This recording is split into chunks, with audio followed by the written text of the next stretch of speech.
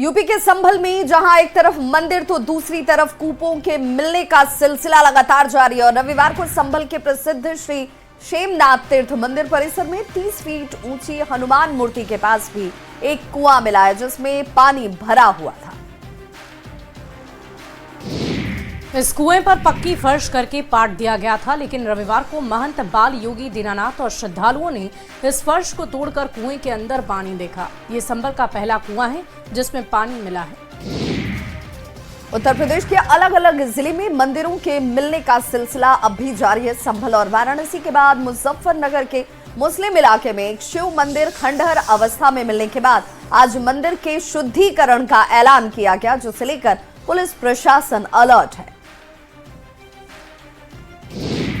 योग साधना आश्रम के महंत स्वामी यशवीर जी महाराज के नेतृत्व में आज मंदिर का शुद्धिकरण किया जाएगा।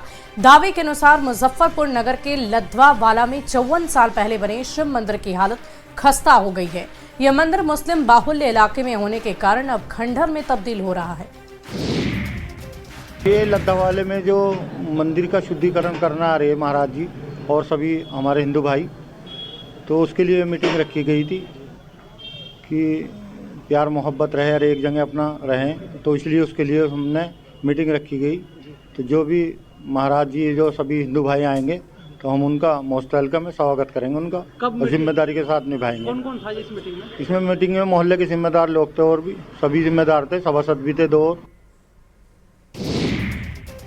यूपी के पीलीभीत से बड़ी खबर, जहां पर पीलीभीत में छिपकर रह रहे 3 खालिस्तानी आतंकियों को यूपी पुलिस और पंजाब पुलिस ने ज्वाइंट ऑपरेशन के बाद मार गिराया है। तीनों आतंकी खालिस्तान जिंदाबाद फोर्स से जुड़े हुए थे। तीनों आतंकियों के पास से पुलिस ने 2 AK-47 राइफल और 2 ग्लॉक पिस्टल के साथ भारी संख्या में कारतूस बरामद किए। तीनों आतंकियों ने पंजाब के गुरदासपुर में पुलिस चौकी पर ग्रेनेड और बम से हमला कर दिया था। तीनों आतंकियों के साथ पुलिस की ये मुठभेड़ पीलीभीत के पूरनपुर इलाके में हुई। तीनों आतंकियों की पहचान गुरविंदर सिंह, वीरेंद्र सिंह उर्फ रवि और जसप्रीत सिंह उर्फ प्रताप सिंह के तौर पर की गई। ब्राजील से दिल दहला देने वाला एक वीडियो सामने आया जिसमें एक पुल ढहता हुआ दिखाई दिया। ये पुल उस वक्त ढहा जब काउंसलर पुल के पास आई दरार का वीडियो बना रहे थे, तभी अचानक से पुल गिर गया। जानकारी के मुताबिक इस हादसे में कई लोग घायल हो गए। दिल्ली से बड़ी खबर आ रही है। बीजेपी के दोनों सांसद को अस्पताल से छुट्टी मिल गई। सांसद प्रताप सारंगी को छुट्टी मिली, मुकेश राजपूत को भी अस्पताल से छुट्टी मिल गई है। आरएमएल अस्पताल में ये दोनों ही सांसद भर्ती थे। धक्का मुक्की में घायल हुए थे दोनों सांसद। और चलिए अब आपको एक अजब गजब खबर दिखाते हैं जिसमें महुआ से आरजेडी विधायक मुकेश रोशन का एक वीडियो इन दिनों सोशल मीडिया पर काफी तेजी से वायरल हो रहा है। दरअसल शनिवार को बाबा साहेब के मुद्दे पर आरजेडी विधायक अपने समर्थकों के साथ प्रदर्शन कर रहे थे। प्रदर्शन में नारेबाजी के दौरान मुकेश रोशन ने ये बोल दिया कि अमित शाह का अपमान नहीं सहेगा हिंदुस्तान। और अब इस पूरे घटनाक्रम का वीडियो सोशल मीडिया पर वायरल हो रहा है।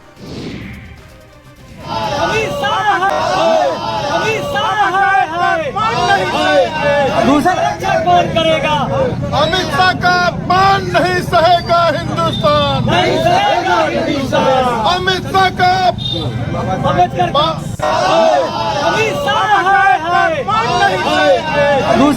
कौन करेगा? अमित शाह का अपमान नहीं सहेगा हिंदुस्तान, नहीं सहेगा हिंदुस्तान। अमित शाह का बिहार विधानसभा चुनाव के चौखट पर आ चुका है और चुनाव में करीब 10 महीने का वक्त रह गया और ऐसे में बिहार में एनडीए के सबसे बड़े चेहरा और मुख्यमंत्री नीतीश कुमार खुद एक्शन में आ चुके हैं। ये दिखाई देता है कि वो चुनाव को लेकर तैयार हैं और इसी कड़ी में एक बार फिर से आज से मुख्यमंत्री नीतीश कुमार की एक और यात्रा शुरू हो चुकी है जिसे प्रगति यात्रा का नाम दिया गया। वाल्मीकि नगर के घोटवा से सीएम ने इस यात्रा की शुरुआत कर दी है जिसमें करीब 700 करोड़ की योजनाओं का उद्घाटन शिलान्यास किया गया।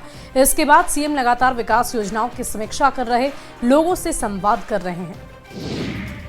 तो घोटवा के बाद मुख्यमंत्री नीतीश कुमार चनपटिया पहुंचे, जहां धोखराहा पंचायत में सीएम मनरेगा पार्क, पुस्तकालय भवन, उत्सव भवन और जीविका दीदियों के स्टॉल का जायजा लेते नजर आए।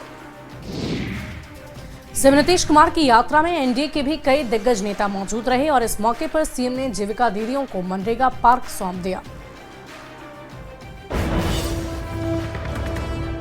और हम की राष्ट्रीय कार्यकारिणी में 9 प्रस्ताव पारित किए गए हैं, जिसमें बेरोजगारी भत्ता 5,000 करने की मांग, बिहार में 200 यूनिट बिजली फ्री करने की मांग के साथ 5 एकड़ तक के किसानों को फ्री बिजली की मांग शामिल है। साथ ही साथ नागपुर में बाबा साहब की प्रतिमा लगाने की भी मांग की गई। दिल्ली की सड़कों का नाम बदलने की मांग को भी शामिल किया गया है। मिडिल क्लास के लिए सस्ती स्वास्थ्य बीमा पॉलिसी लागू होनी चाहिए, इसकी मांग भी इसमें की गई। और हमारे साथ इस खबर पर पटना से न्यूज़ 18 संवाददाता संजय जुड़ चुके हैं ज्यादा जानकारी के साथ। संजय, हमने ये मान लें कि इन मांगों के साथ ये दिखा दिया है कि आगामी विधानसभा चुनाव के लिए उसका एजेंडा क्या होगा? जी बिल्कुल विभा, और 9 प्रस्ताव पारित हुए हैं इस बैठक में और कई महत्वपूर्ण प्रस्ताव है। और कुल मिलाकर जो प्रस्ताव आप देखेंगे इसको देखकर यही लगता है कि जो हम पार्टी है उसने बिहार विधानसभा चुनाव की तैयारी दिल्ली में अपने राष्ट्रीय कार्यकारिणी की बैठक के साथ शुरू कर दी। कई महत्वपूर्ण प्रस्ताव हैं, जैसे बाबा भीमराव अंबेडकर की दीक्षा भूमि में जो प्रतिमा है वो स्थापित करने की मांग की गई है। और इसमें कहा गया है कि ये जो प्रतिमा स्थापित की जाएगी, ये स्टैच्यू जो लिबर्टी उसी की बिल्कुल उसी तर्ज पर स्थापित किया जाए। उसके अलावा बिहार में माता सबरी सम्मान योजना लाकर सभी वर्ग की बेटियों को लाभ दिया जाए, यानी महिला वोटर को भी आकर्षित करने की पूरी कोशिश की है हम पार्टी ने। इसके अलावा कई महत्वपूर्ण प्रस्ताव जो है वो लाया गया। मध्यम वर्ग के लिए भी सस्ती स्वास्थ्य बीमा पॉलिसी का जो प्रस्ताव है वो पारित किया गया है। बिहार में सभी तरह के पेंशन कम से कम 2,000 रुपए करने का प्रस्ताव जो है वो पारित किया गया। और बिहार में घरेलू उपयोग के लिए 200 यूनिट और 5 एकड़ तक के किसानों को सिंचाई हेतु बिजली पूर्णतः मुफ्त देने का प्रस्ताव भी पारित किया गया। यानी तेजस्वी यादव ने जिस तरीके से 200 यूनिट बिजली फ्री करने का प्रस्ताव लाने का विचार किया है, हम पार्टी ने भी एक राजनीतिक दांव खेला है। और कई महत्वपूर्ण प्रस्ताव, जीविका दीदी, ममता दीदी, आशा दीदी, रसोईया समेत ऐसे सभी लोगों की नौकरी को पूर्णतः सरकारीकृत करने की मांग की गई है। बेरोजगारी नियोजन भत्ता 5,000 रुपए करने की मांग की गई है। तो अगर आप इसको देखेंगे तो कुल मिलाकर यही लगता है कि अब हम पार्टी ने बिहार विधानसभा चुनाव की तैयारी जोर शोर से शुरू कर दी है। बहुत बहुत शुक्रिया संजय इस तमाम जानकारी के लिए। अगली खबर सासाराम से, जहां सीएम नीतीश कुमार की प्रगति यात्रा को लेकर आरजेडी विधायक राजेश गुप्ता ने सवाल खड़े किए। उन्होंने कहा कि हर साल जब भी कड़ाके की ठंड पड़ती है तो नीतीश कुमार गरीबों को परेशान करने के लिए यात्रा पर निकल जाते हैं। जब शीतलहर का प्रकोप होता है, गरीब ठंड से ठिठुरते रहते हैं, तो ये अपनी यात्रा निकालते हैं। विधायक ने कहा कि गरीबों को लाभ पहुंचाने वाले कोई सीधी योजना नीतीश कुमार की सरकार नहीं लेकर आती। हमारे नेता आदरणीय तेजस्वी यादव जी बोल चुके हैं, प्रगति यात्रा नहीं अलविदा यात्रा है। ये हर साल जाड़े में ही निकलते हैं और गरीबों को परेशान करने के लिए निकलते हैं। जाड़े में गरीब लोगों को कंबल बांटना चाहिए, अलाव का व्यवस्था कहीं नहीं हो पाता है, तो ये निकलते हैं यात्रा पर। ये गरीब को छलने का काम करते हैं, परेशान करने का काम करते हैं। गरीबों के लिए कोई योजना नहीं लाते हैं, केवल दिखावा करते हैं कि हम प्रगति यात्रा पर हैं।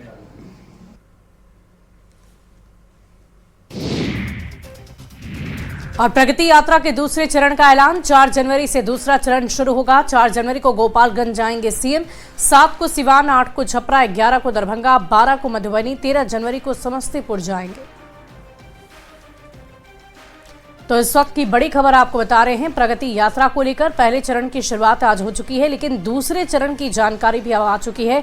4 जनवरी को गोपालगंज जाएंगे सीएम, 7 को सिवान, 8 को छपरा। आपको बता दें कि पूरे बिहार में इस प्रगति यात्रा को लेकर बिहार के मुख्यमंत्री नीतीश कुमार पहुंचेंगे, लोगों से सीधा संवाद करेंगे और बिहार में हुए विकास कार्यों की समीक्षा भी करेंगे। साथ ही साथ बिहार वासियों को सौगात भी देंगे। तो नीतीश कुमार की यात्रा को लेकर जेडीयू के सोशल मीडिया प्लेटफॉर्म एक्स के हैंडल से कई पोस्टर्स जारी किए गए, जिनमें 2025 को लेकर नीतीश कुमार की ब्रांडिंग की गई है, जिस पर अब सियासत शुरू हो गई है। एनडीए के नेता जहां नीतीश कुमार को बिहार का सर्वमान्य नेता बताने में लगे हैं, तो विपक्ष के नेता इस पर पलटवार कर रहे हैं।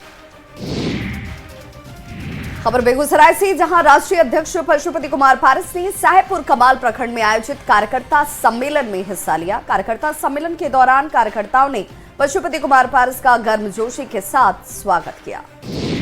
इस दौरान पशुपति पारस ने केंद्रीय गृह मंत्री अमित शाह, चिराग पासवान पर निशाना साधा। उन्होंने कहा कि वो गलत फहमी में ना रहें कि उनका हिस्सा है, समय सब कुछ तय करेगा।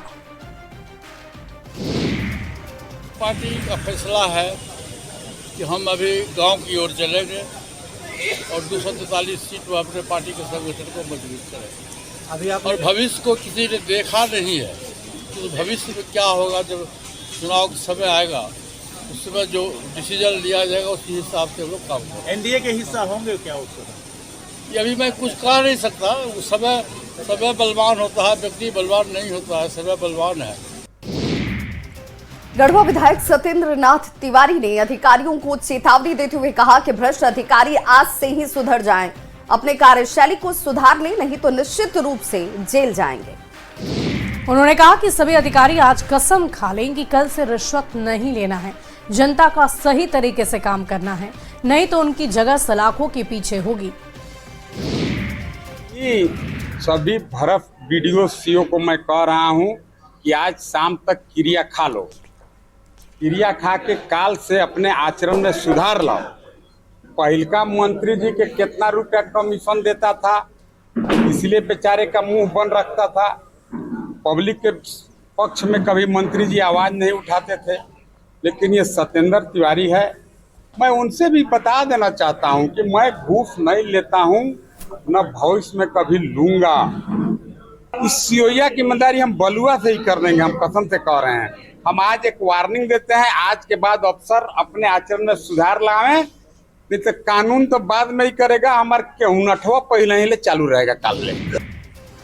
और झारखंड के रामगढ़ से बड़ी खबर, जहां पर कोयला लदे हाईवा की चपेट में बाइक सवार आए। हाईवा से दबकर 2 बाइक सवार युवकों की मौत हो गई है। गुस्साए ग्रामीणों ने इस दौरान सड़क जाम कर दिया। आरोपी पर कार्रवाई और मुआवजे की मांग लोगों की तरफ से शुरू कर दी गई। सड़क जाम की वजह से सयाल उरीमारी के बीच कोयले का डिस्पैच पूरी तरीके से ठप पड़ गया है। सूचना मिलने के बाद भुरकुंडा पुलिस घटनास्थल पर पहुंची और ग्रामीणों को समझाने का प्रयास शुरू कर दिया गया। हमारी पिंडरा का रहने वाले थे 2 लड़का, एक तो स्पॉट डेट कर गया और एक तो हॉस्पिटल जाते जाते मतलब वो भी मर गए। अभी तक कोई पहल करने के लिए नहीं आया है। चलते हम लोग तो आक्रोश में हैं, कोई आवे ताकि हम लोग को उसको उचित मुआवजा हम लोग दिला सके। सर यहाँ गांव के यहाँ जनप्रतिनिधि भी सब यहाँ पर है। मुआवजा की मांग हम लोग उचित मांग मांगेंगे उन लोग से। अभी हम लोग बैठ के वार्ता करेंगे उन लोग का घर वाले और हम लोग जो प्रतिनिधि हैं उसका। अभी तो कोई आया भी नहीं हम लोग को, न प्रशासन की ओर से न प्रबंधन की ओर से। पहले वो आवे, वार्ता करे, फिर हम लोग उनको अपना मुआवजा की राशि बताएंगे ताकि उसका घर वालों को उचित मुआवजा मिल सके। गढ़वा जिले में पिछले 1 महीने से चल रहे अतिक्रमण के खिलाफ अभियान को लेकर राजनीति खूब हो रही है। अधिकारी इसे लेकर कुछ भी सुनने को तैयार नहीं। बीजेपी विधायक अधिकारियों पर दुर्भावना से ग्रसित होकर अतिक्रमण अभियान चलाने का आरोप लगा रहे हैं।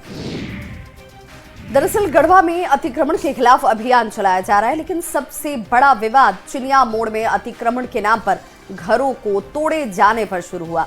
बीजेपी विधायक सत्येंद्र नाथ तिवारी इसे लेकर मुखर हैं।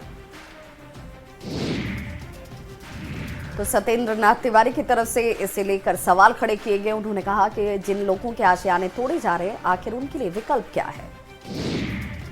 मैं कभी नहीं कहा कि आप अतिक्रमण हटाइए और अतिक्रमण हटाने के आड़ में गरीब आदमी को तबाह करिए।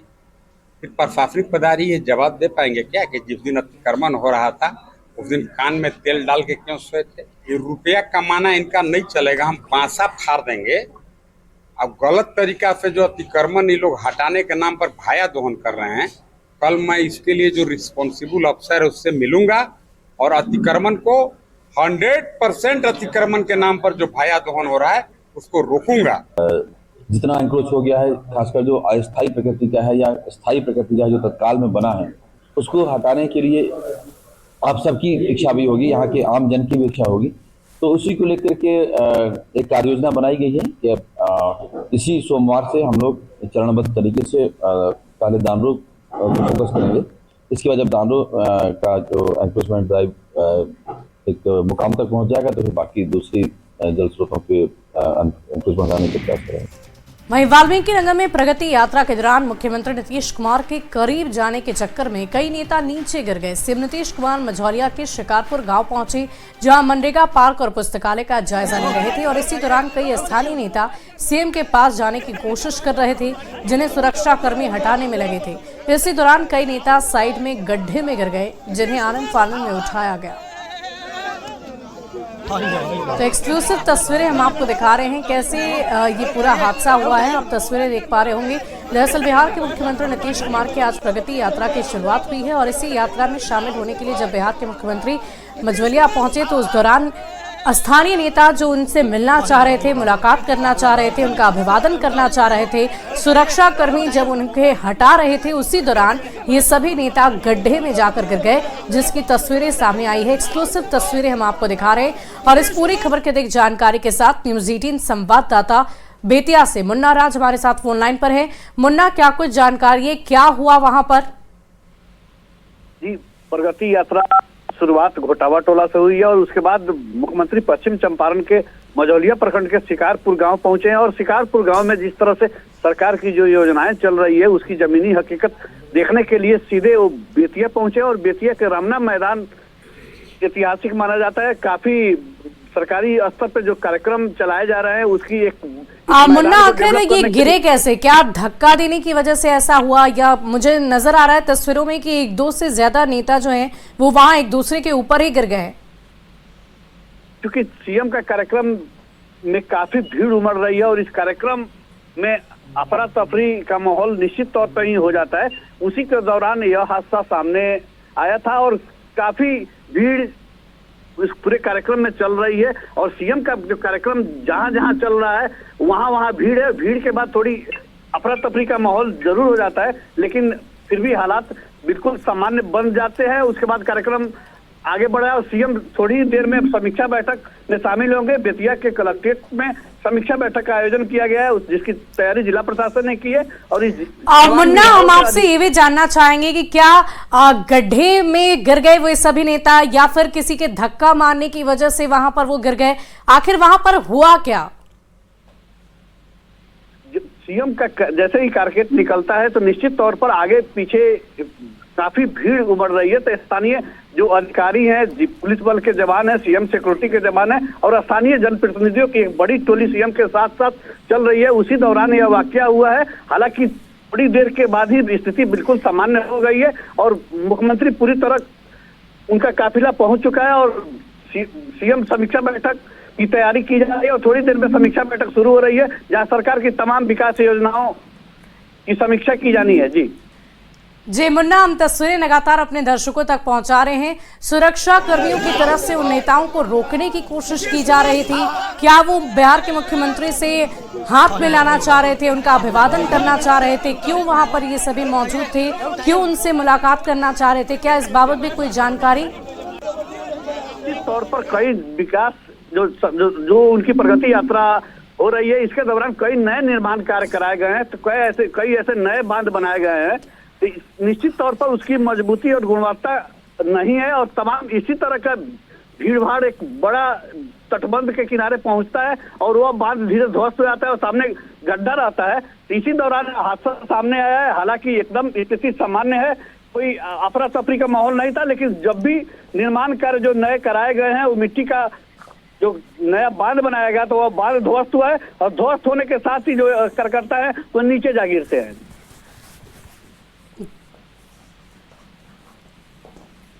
तो तस्वीरें आपके सामने है जहां पर बेतिया के मझौलिया के शिकारपुर मुख्यमंत्री पहुंचे हुए थे और इसी दौरान देखिए जिस पगडंडी पर खुद मुख्यमंत्री चल रहे हैं वहां पर बहुत ज्यादा जगह आपको नजर नहीं आ रही होगी और बैरिकेटिंग के लिए गड्ढे खोदे गए थे और इन्हीं गड्ढों में भीड़ के बीच जब सुरक्षा कर्मी ने मुख्यमंत्री के पास लोगों के पहुंचने पर जैसे ही हस्तक्षेप किया उसके बाद भीड़ जो है वो इसी गड्ढे में जाकर गिरती है, जिसमें देखिए एक एक करके कई नेता जो है एक दूसरे के ऊपर गिरने लगे। हालांकि राहत जरूर इन लोगों ने महसूस की होगी, किसी को गंभीर चोट नहीं आई, लेकिन यहाँ पर जिस तरीके से भीड़ चल रही है और पगडंडी पर मुख्यमंत्री खुद चल रहे थे, बहुत ज्यादा जगह आपको देखिए उनके आसपास नजर नहीं आ रही हो। और फिलहाल इस बुलेटिन में अभी के लिए बस इतना ही। आप बने रहें न्यूज़ 18 बिहार झारखंड के साथ।